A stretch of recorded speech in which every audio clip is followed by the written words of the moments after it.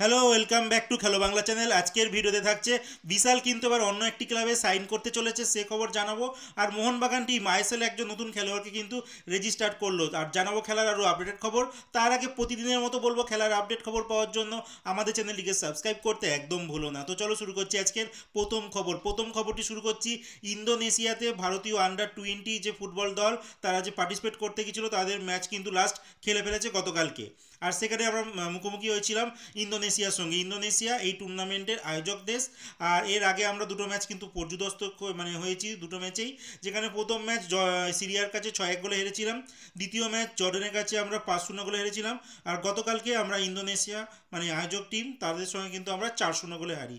প্রত্যেকটা ম্যাচে 4-5-6 এরমভাবে আমরা গোল খেয়েছি, টোটাল 3 ম্যাচে 15টা গোল খেয়েছি, আর গোল মাত্র একটা করেছি। এইটাই হচ্ছে কল্যাণচবের নিউ ইন্ডিয়া, যারা 2047 সালে বিশ্বকাপ ফুটবল খেলবে বলে স্বপ্ন দেখছে।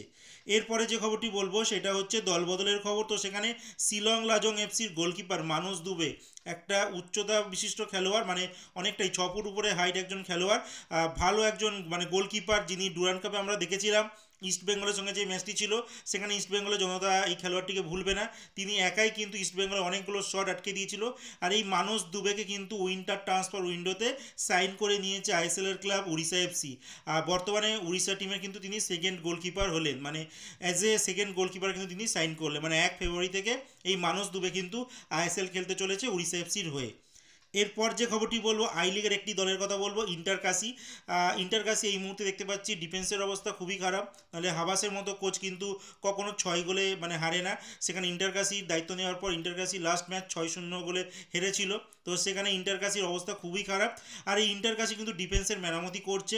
আর সেখান থেকে কেরালা ব্লাস্টারের একজন খেলোয়াড়, 24 বছর বয়স, খুব বেশি বয়স নয়, এই খেলোয়াড়টি কিন্তু কেরালা ব্লাস্টারের সঙ্গে কন্ট্রাক্ট টার্মিনেট করে নিয়েছে। আর তিনি as a centre back sign করে নিয়েছে এই ইন্টারকাশিতে।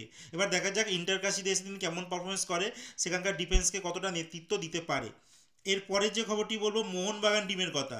মোহনবাগান সুপার জায়েন্ট, তারা টিম কিন্তু একজন নতুন খেলোয়াড়কে আইএসএল এ রেজিস্টার করেছে। তিনি হচ্ছেন সালাউদ্দিন আদনান, রিজার্ভ টিমে ছিল। এই খেলোয়াড়টিকে লাস্ট ইয়ার সাইন করেছিল মোহনবাগান টিম। এইবার কিন্তু এই খেলোয়াড়টি ভালো খেলেছে, যার জন্য আইএসএল স্কোয়াডে কিন্তু নথিভুক্ত করেছে। আর একজন খেলোয়াড়কে কিন্তু ডি রেজিস্টার করা হয়েছে, তিনি হচ্ছে সুমিত রাঠি। এই সুমিত রাঠি একটা সময় খুব ভালো খেলেছিল, তারপরে যত টাইম গেছে বসে বসে এই খেলোয়াড়টি কিন্তু মান অনেকটাই কমে গেছে। এই মুহূর্তে এই খেলোয়াড়টিকে কিন্তু ডি রেজিস্টার করে দেওয়া হয়েছে মোহনবাগান সুপার জায়েন্টের আইএসএল স্কোয়াড থেকে। এরপরে যে খবরটি বলবো বিশালের কথা। বিশাল বলতে বিশাল কাইদ মোহনবাগানের সেই বিশাল নয়, এই বিশাল হচ্ছে জামশেদপুর এফসি গোলকিপার, জানোই বিশাল যাদব দারুণ পারফরমেন্স করে এই জামশেদপুরের গোলকিপার। আর এই খেলোয়াড়টি কিন্তু হায়দ্রাবাদ এফসিতে জয়েন করতে চলেছে খুব তাড়াতাড়ি। তার কাছে অফার আছে, এখন দেখার বিষয় এই ডিলটি ডান হয়েছে কিনা, এখন অবধি কনফার্ম কিছু বলা যাচ্ছে না। বাট আগামী মরশুমে হয়তো হায়দ্রাবাদ এফসিতে এই জামশেদপুরের গোলকিপার বিশাল যাদব জয়েন করতে চলেছে। এরপরে যে খবরটি তোমাদের আমি জানাবো সেটা হচ্ছে সোমকুমার একজন ভারতীয় গোলকিপার, যিনি লাস্ট খেলেছেন কেরালা ব্লাস্টারে, 3খানা ম্যাচ খেলেছে কেরালা ব্লাস্টারের হয়ে। আর এই মুহূর্তে যা খবর, এই সোমকুমার কিন্তু স্লোভেনিয়ায় রওনা হয়েছে, সেখানকার কোনো একটি ক্লাবে হয়তো ট্রায়াল দিতে বা সাইন, বাট এটা এখন অবধি কোনো কনফার্ম নয়। মার্কাস জানাচ্ছে তিনি স্লোভেনিয়া গেছে, কোনো একটা ক্লাবের চুক্তি বা কোনো ট্রায়াল কিছু একটা ব্যাপার রয়েছে। তো আলটিমেট খবরটি যখন তিনি সাইন করে দেবে, তারপরেই কিন্তু তোমাদের আমি আবার একটা আপডেট দিয়ে দেবো যে সোমকুমারের কী আপডেট রয়েছে। বাট ইন্ডিয়ান ফুটবলের জন্য ভালো খবর, যত খেলোয়াড় বাইরে দেশে খেলবে ততই কিন্তু ইন্ডিয়ান ফুটবল আরও উন্নতি করতে পারবে, আশা রাখি। এরপরে যে খবরটি আমি তোমাদের জানাবো সেটা হচ্ছে আইএসএল এর প্লে অফের কিন্তু তারিখ ঘোষণা হয়ে গেছে। আর সেখানে যদি আমি বলি, সেখানে নকআউটের যে ম্যাচগুলো রয়েছে সেটা হবে 29 তারিখ আর 30 তারিখ মার্চ মাসে। আর সেমিফাইনালের কিন্তু ফার্স্ট লেগের খেলাগুলো হবে এপ্রিল মাসে 2 আর 3 তারিখ বলা হয়েছে।